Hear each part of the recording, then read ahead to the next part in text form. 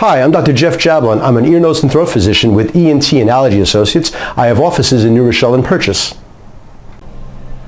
Do you or your loved one have a snoring problem? Well, it's not something we should laugh about or ignore. In fact, many patients with snoring actually have obstructive sleep apnea. This is a more serious condition which is linked to high blood pressure, heart attack, or even stroke.